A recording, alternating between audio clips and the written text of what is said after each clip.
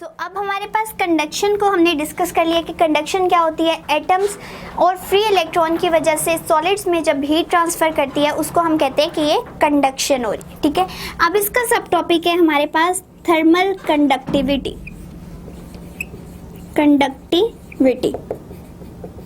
ठीक है, सो thermal conductivity basically क्या है? कंडक्टिविटी कंडक्शन से है। ठीक है, थर्मल मीन हीट को हम क्या करें? ट्रांसफर करना चाह रहे हैं। कंडक्ट का क्या मतलब होता है? ट्रांसफॉर्मेशन। ठीक है, सिर्फ यहां से हम इसको देख लें, ट्रांसफर ऑफ हीट।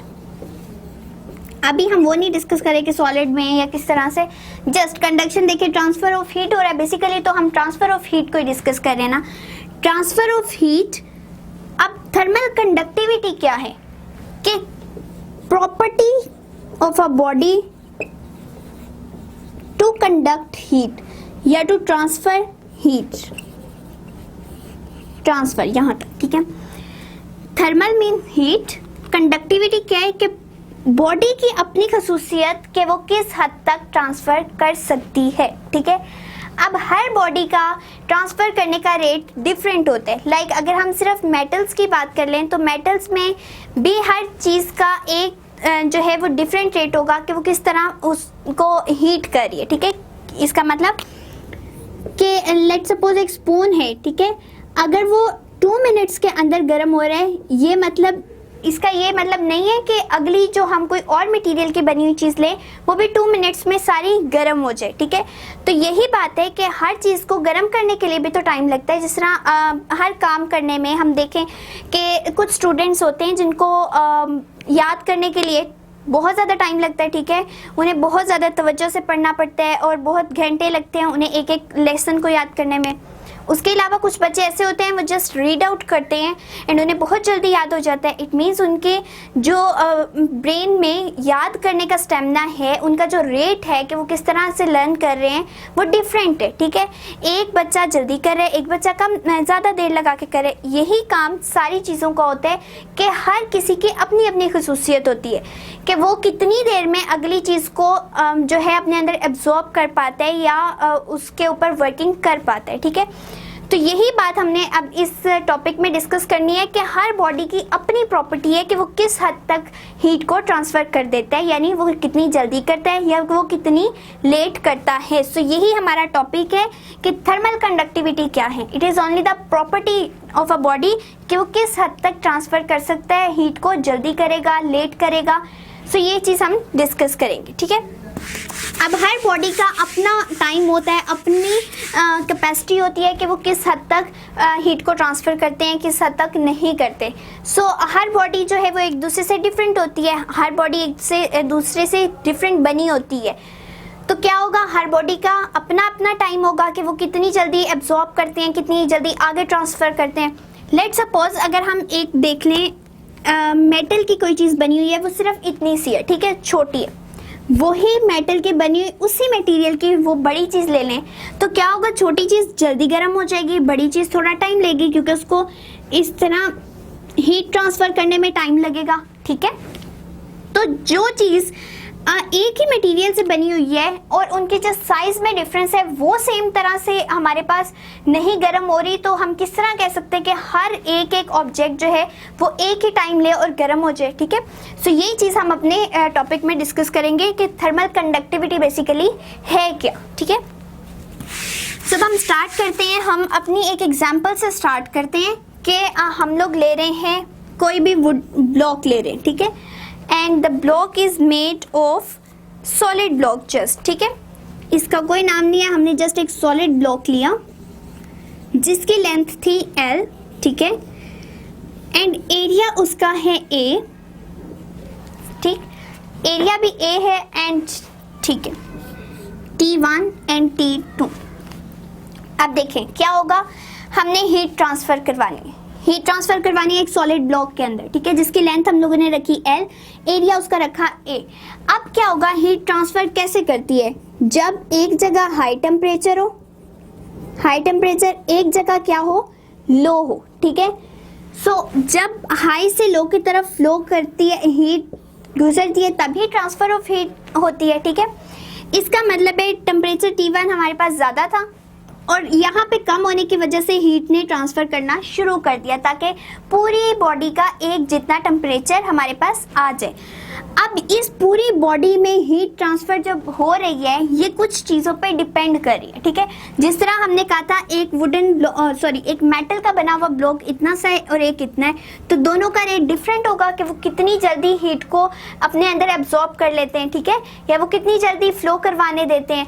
इसी तरह से अब इसमें भी, इस वुडन ब्लॉक में भी कुछ चीज़ों पे ये डिपेंड कर रहा है कि वो हीट को कितनी जल्दी ट्रांसफ़र होने देती हैं या कितनी जल्दी ट्रांसफ़र नहीं होने देती। सो पहले तो हम देख लेते हैं कि जो है रेट ऑफ फ्लो किसे कहते हैं। रेट ऑफ फ्लो बेसिकली क्या है कि कितनी हीट हमारे पास कितने टाइम में पास कर जाए, ठीक है, कितनी हीट एक जगह से ट्रांसफ़र कर जाए दूसरी जगह पे और टाइम हमारे पास हो T, ठीक है। It means Q divided by T is the rate of flow of heat, ठीक है, rate of flow of heat. Rate of flow of heat क्या है कि कितनी एनर्जी हम एक जगह से दूसरी जगह ट्रांसफर करवाने में कितना टाइम ले रहे हैं, ठीक है। जिस तरह एक छोटे ब्लॉक में टाइम कम लगेगा, एक बड़े ब्लॉक में टाइम ज़्यादा लगेगा हीट को ट्रांसफ़र करवाने में। इसी तरह से हर बॉडी में भी कुछ चीज़ें होती हैं जिस पे डिपेंड कर रहा होता है कि कितना टाइम लगेगा। और टाइम क्या होता है कि rate of flow of heat, कितनी एनर्जी हम ट्रांसफ़र करवा सकते हैं उस टाइम पीरियड के अंदर, ठीक है। सो अब हम क्या करने लगे हैं, हम डिस्कस करने लगे हैं कि हीट जो ट्रांसफ़र कर रही है वो किस चीज़ पे डिपेंड कर रही है, ठीक है। डिपेंडेंस ऑफ थर्मल कंडक्टिविटी, या ठीक है, डिपेंडेंस हम फाइंड आउट करने लगे हैं कि हीट जो ट्रांसफ़र कर रही है वो किस किस चीज़ पे डिपेंड कर रही है।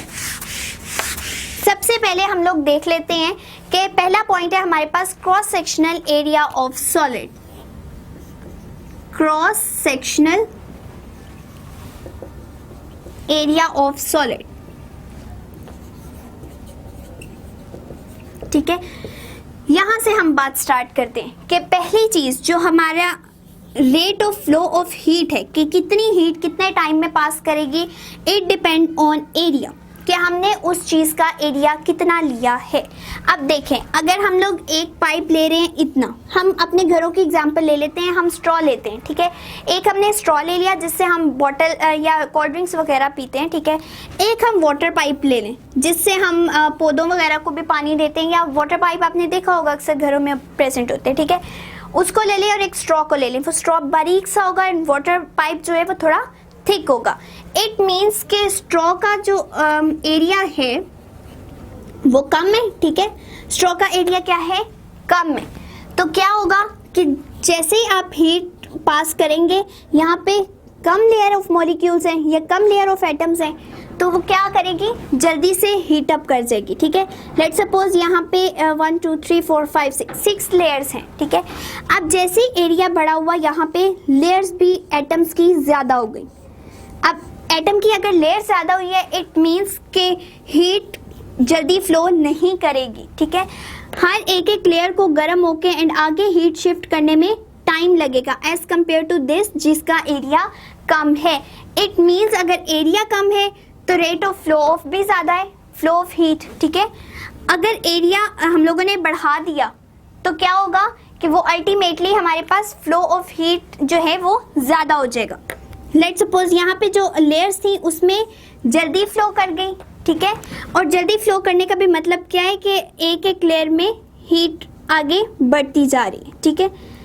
इसी तरह अगर एरिया बढ़ा है, लेयर्स ज़्यादा हैं, तो ज़्यादा हीट ट्रांसफ़र होगी, ठीक। रेट ऑफ फ्लो कैसे कम हुआ कि Q/T, ठीक है। लेयर्स कम थी, it means let's suppose 15 joule heat transfer कर गई इन अ टाइम 10 सेकेंड्स, ठीक है, 15 जूल की। लेकिन जैसे एरिया बढ़ाया क्या होगा कि लेयर्स ऑफ मॉलिक्यूल या एटम्स बढ़ जाएंगी, उसके बढ़ने से क्या होगा, हीट ज़्यादा ट्रांसफ़र करेगी क्योंकि मॉलिक्यूल्स ज़्यादा हैं या एटम्स ज़्यादा हैं। तो लेट्स सपोज ये 25 जूल उसी 2 सेकेंड्स में पास आउट कर देंगी या हीट हमारे पास प्रोड्यूस हो जाएगी। इसका मतलब है कि जो एरिया बढ़ाने से हीट बढ़ रही है, ठीक है, जितना एरिया ज़्यादा होता जाएगा उतनी हीट ज़्यादा प्रोड्यूस होगी। इट मीन्स कि ये हमारे पास जो Q/T है it is directly proportional to area के अगर पूरा रेट अगर हमने बढ़ाना है तो हम एरिया को बढ़ा देंगे। एरिया बढ़ाने से क्या होगा कि हीट ज़्यादा से ज़्यादा लेयर्स में जाएगी और बॉडी ज़्यादा गर्म हो जाएगी as compared to this one जिसका एरिया कम था। सो सेकेंड फैक्टर हमारे पास आ जाता है। एक फैक्टर तो ये था कि एरिया पे किस तरह डिपेंड कर रही है। सो रेट जो है it is directly proportional to area, कि जितना एरिया बढ़ेगा उतना हीट जो है वो ज़्यादा ट्रांसफ़र होगा। सेकेंड इज लेंथ, ठीक है। अब लेंथ का क्या सीन है कि अगर लेंथ इतनी है तो इसमें कितनी लेयर्स आ रही हैं, 1 2 3 4 5 6, लेट्स सपोज इसमें 6 लेयर्स हैं, ठीक है। सो लेंथ में क्या हुआ कि ये एरिया था, वही स्ट्रॉ एंड एक वाटर पाइप की ही हम एग्जांपल ले लेते हैं, इसकी लेंथ बढ़ा दें। अब जितनी लेंथ बढ़ाई है उतनी मॉलिक्यूल्स की लेयर बढ़ गई, ठीक है, या एटम्स की लेयर इंक्रीज कर जाएगी। तो जितनी इंक्रीज करेगी उतनों को हीट अप करने में और टाइम लगेगा। लेट्स सपोज इसमें हमें जस्ट 2 सेकेंड्स लग रहे हैं, इस लेयर ने हीट एब्जॉर्ब की, इसने की, देन आगे करते करते ये 2 सेकेंड्स के अंदर पूरे स्ट्रॉ के अंदर हीट ट्रांसफ़र हो गई क्योंकि उसकी लेंथ कम थी। जबकि वाटर पाइप के अंदर क्या हुआ कि लेंथ ज़्यादा होने की वजह से अब लेयर्स भी ज़्यादा होती जा रही हैं एंड जितनी लेयर्स ज़्यादा होगी उतनी ही ज़्यादा टाइम हमें लगेगा हीट को ट्रांसफ़र करने के लिए, ठीक है। तो अब क्या हो रहा है, इट मीन्स के लेंथ कम करने से हीट ज़्यादा ट्रांसफ़र हो रही थी, लेंथ ज़्यादा करने से हीट कम ट्रांसफ़र हो रही है, ठीक है। सो इसका मतलब है कि लेंथ जो है वो इन्वर्सली प्रोपोर्शनल है Q/T के, ठीक है। देखें उसमें भी हमने बात ये की कि एरिया अगर हम लोग इतना कर रहे हैं तो इसका मतलब है कि हीट जल्दी से ट्रांसफ़र कर जानी चाहिए, ठीक है। लेकिन हम क्या देख रहे थे कि हीट जो है वो एरिया बढ़ाने से बढ़ रही थी। क्यों? क्योंकि उतनी ज़्यादा लेयर्स आई मॉलिक्यूल्स की या एटम्स की और वो उतनी ज़्यादा हीट अंदर एब्जॉर्ब होती गई, ठीक है। अगर 6 लेयर्स हैं तो उन्होंने हीट कम एब्जॉर्ब की, ठीक है। अगर वही 10 लेयर्स होती तो 10 मॉलिक्यूल्स में आगे ट्रांसफ़र होती, हीट ज़्यादा ट्रांसफ़र हो जाती। इट मीन्स के एरिया जो था वो डायरेक्टली प्रोपोर्शनल था rate of flow of heat के। लेकिन हमारी जो लेंथ है वो इन्वर्सली प्रोपोर्शनल है कि जितनी भी लेंथ कम होगी उस चीज़ को जल्दी हम लोग हीट कर सकते हैं। लेट्स सपोज अगर इस के अकॉर्डिंग ना भी देखें हम, ठीक है, हम इस एग्जाम्पल को ना भी देखें वाटर पाइप की, हम सिंपली देख लें कि एक इतना बॉक्स है, एक इतना बॉक्स है सिल्वर का बना हुआ, ठीक है, या किसी भी मटेरियल का जिसमें हम हीट ट्रांसफ़र करवा सकते हैं। क्या होगा, ये जल्दी से हीट अप हो जाएगा। क्यों? क्योंकि इसकी लेंथ कम थी, इसके अंदर एटम्स या मॉलिक्यूल्स की लेयर कम थी, जितनी हीट हमने दी जल्दी से एक दूसरे में ट्रांसफ़र हुई और वो पूरा गर्म हो गया। जबकि इसमें क्या होगा, इसमें हमें ज़्यादा टाइम लगेगा क्योंकि लेयर्स बढ़ती जा रही हैं, लेंथ बढ़ गई, लेयर्स बढ़ गई और लेयर्स बढ़ने की वजह से हमारा जो है टाइम ज़्यादा लगेगा। इट मीन्स कि अगर हमने रेट ऑफ फ्लो को बढ़ाना है तो हमें लेंथ कम रखनी पड़ेगी। अगर लेंथ ज़्यादा होगी तो हीट जल्दी फ्लो नहीं करेगी। इसी तरह से हमारे पास एक जो थर्ड चीज़ आती है वो है टेम्परेचर डिफरेंस। टेम्परेचर का जितना ज़्यादा डिफरेंस क्रिएट करेंगे उतनी जल्दी हीट ट्रांसफ़र हो जाएगी। यहाँ पे हम लिख लेते हैं Q/T is inversely proportional to length. Length जितनी कम होगी उतनी जल्दी हीट ट्रांसफ़र होगी, लेंथ जितनी ज़्यादा होगी उतनी ज़्यादा जो है देर लगेगी, ठीक है। टाइम ज़्यादा और कम होने का चक्कर आ रहा है इस पूरे प्रोसेस के अंदर, ठीक है। अब क्या हुआ, टेम्परेचर पे आगे बात। टेम्परेचर में देखें, अगर यहाँ पे हम ज़्यादा डिफरेंस रखेंगे तो हमारी हीट बहुत जल्दी ट्रांसफ़र हो जाएगी। लेट्स सपोज अगर हमने यहाँ पे 100 सेंटीग्रेड ग्रेड है और यहाँ पे 10 है तो क्या होगा, मॉलिक्यूल ज़्यादा से ज़्यादा तेज़ी से हीट को एब्जॉर्ब करेंगे, ठीक है। सो टेम्परेचर का डिफरेंस जितना ज़्यादा होगा ही rate of flow of heat उतना ज़्यादा होगा। अगर हमारे पास यहाँ पे टेम्परेचर का डिफरेंस कम है तो क्या होगा कि हीट आहिस्ता आहिस्ता ट्रांसफ़र होगी क्योंकि उन मॉलिक्यूल्स के पास भी पहले से उतनी हीट है, ठीक है। लेट्स सपोज इसकी 10 है, इसकी 5 है, तो इसका मतलब है थोड़ी सी हमें हीट इधर चाहिए तो वो आहिस्ता आहिस्ता फ्लो करेगी। लेकिन अगर ये हमें आइडिया हो कि यहाँ पे तो 100 है और हमारे पास सिर्फ 5 है, तो वो जल्दी से हीट ट्रांसफर करेगी ताकि लो वाला पोर्शन भी ज़्यादा से ज़्यादा एनर्जी को या ज़्यादा से ज़्यादा हीट को ग्रास्प कर सके। इसका मतलब है कि हमारा जो रेट ऑफ फ्लो है that is directly proportional to the difference in temperature. ठीक है, जितना टेम्परेचर डिफरेंस ज़्यादा होगा रेट ऑफ फ्लो उतना ज़्यादा होगा, एंड जितना टेम्परेचर डिफरेंस कम होगा rate of flow of heat उतना कम हो जाएगा। ठीक है, सो इन तीनों चीज़ों पे हमारी जो ये कंडक्टिविटी है वो डिपेंड कर रही है कि अगर किसी बॉडी का एरिया ज़्यादा है तो रेट ऑफ फ्लो ज़्यादा हो जाएगा। ठीक है, ज़्यादा से ज़्यादा हीट कम टाइम के अंदर फ्लो कर जाएगी।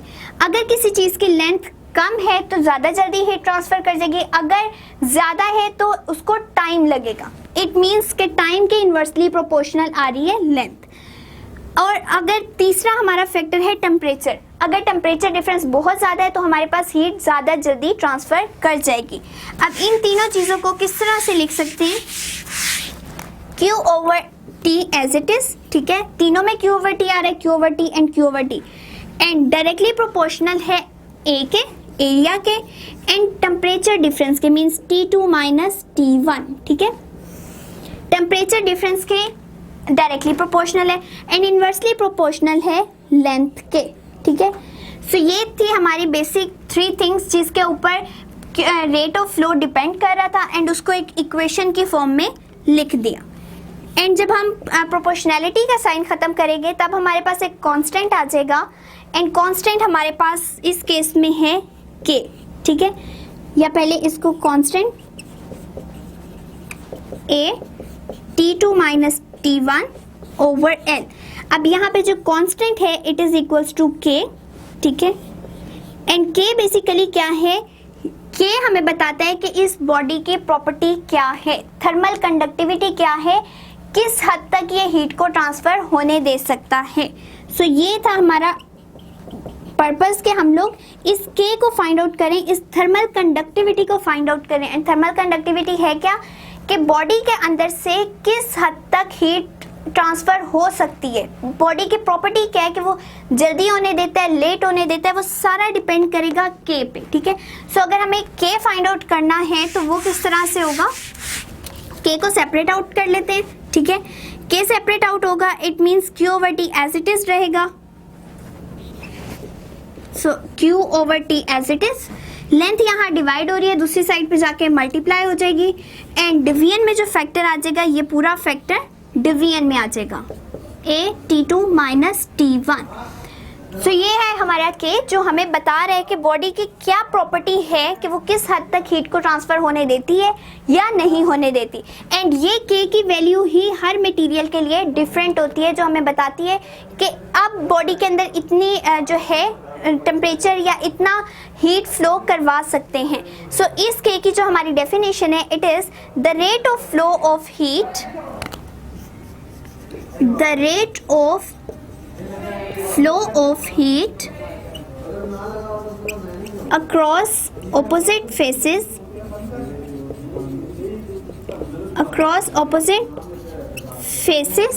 ठीक है, of a meter cube of a substance, of a meter cube of a substance maintained at temperature difference of 1 Kelvin. 1 Kelvin. That is called the thermal conductivity. कि कितनी हद तक rate of flow of heat क्या है, ठीक है, across the sides opposite faces. ठीक है, एरिया क्या होता है? Length into width. ठीक है, बॉडी की लेंथ और विड्थ को हम क्या कहते हैं? That is area. और लेंथ पूरी क्या है? ओरिजिनल लेंथ जो पूरी हमने मटेरियल की सिलेक्ट की होगी। सो यहाँ पे हमारे पास क्या हो रहा है? Rate of flow of heat के कितनी हद तक जो हीट है वो फ्लो कर रही है in the opposite side faces of metre cube. जो हम लोगों ने कोई भी मटेरियल लिया है, क्यूबिक शेप मटेरियल है, उसके ऑपोजिट फेसेस के अंदर से जो हीट पास आउट कर रही है, जिसका टेम्परेचर डिफरेंस हमने T2 माइनस T1 रखा है। सो कोई भी बॉडी जिसके फेसिस के अंदर से, ऑपोजिट फेसिस के अंदर से हीट पास कर रही हो ड्यू टू टेम्परेचर डिफरेंस, उसको हम कहते हैं कि ये है इसकी थर्मल कंडक्टिविटी। और टेम्परेचर डिफरेंस कितना होना चाहिए? अप टू 1 केल्विन, ठीक है। 1 केल्विन टेम्परेचर से आगे तो हो सकता है, लेकिन इतना मैक्सिमम हमारे पास टेम्परेचर डिफरेंस ज़रूर होना चाहिए। सो तब हमारे पास जो रेट आएगा कि किस हद तक फ्लो कर सकती है heat due to temperature difference, वो हमारे पास कहलाते हैं थर्मल कंडक्टिविटी। सो ये था हमारा topic about the thermal conductivity, कि थर्मल कंडक्टिविटी बेसिकली है क्या, ठीक है। तो ये एक प्रॉपर्टी ऑफ अ बॉडी है कि किस हद तक बॉडी के अंदर से हीट पास आउट कर सकती है जब टेम्परेचर डिफरेंस हमारे पास 1 केल्विन तक प्रेजेंट हो। और इसकी वैल्यू डिफरेंट आती है हर ऑब्जेक्ट के लिए। और इसका जो अगर हम यूनिट देखना चाहें तो यूनिट किस तरह से आएगा, K का यूनिट होगा T का है K equals to Q means heat, it's unit is joule per second, ठीक है। T है सेकेंड्स, लेंथ हमारे पास है मीटर्स में, एरिया आता है मीटर स्क्वायर एंड केल्विन में ही हम टेम्परेचर को लेते हैं, चाहे उसका डिफरेंस भी ले रहे हो। अब ये क्या बन जाएगा? Joule per second. Metre 1 metre से कैंसिल हो जाएगा, इसको इस तरह लिख लेते हैं, metre into metre, just 1 metre बच गया एंड नीचे केल्विन बच गया। अब जाउल पर सेकेंड किसका यूनिट है? पावर का, जिसको हम कहते हैं वॉट, ठीक है। Joule per second is equals to watt. And metre ऊपर जाएगा तो इसकी पावर नेगेटिव हो जाएगी एंड केल्विन भी ऊपर जाएगा तो पावर नेगेटिव हो जाएगी। सो जो K है which is the thermal conductivity, उसका यूनिट है वॉट पर मीटर पर केल्विन, कि इतनी पावर चाहिए होगी इतने एरिया के लिए, ठीक है, जिसमें हमने टेम्परेचर डिफरेंस इतना रखा हुआ है। सो अगर हमें यूनिट भी याद हो तो उसकी डेफिनेशन बहुत इजीली बन जाती है कि हमें जस्ट पावर चाहिए, उतना रेट ऑफ फ्लो चाहिए टेम्परेचर का जब डिफरेंस हमारे पास प्रेजेंट हो। So thermal conductivity is only the property of a body कि वो किस हद तक अपने अंदर से हीट को पास आउट होने देते हैं जब temperature difference up to 1 kelvin हमारे पास प्रेजेंट हो। सो ये था हमारा topic about the thermal conductivity.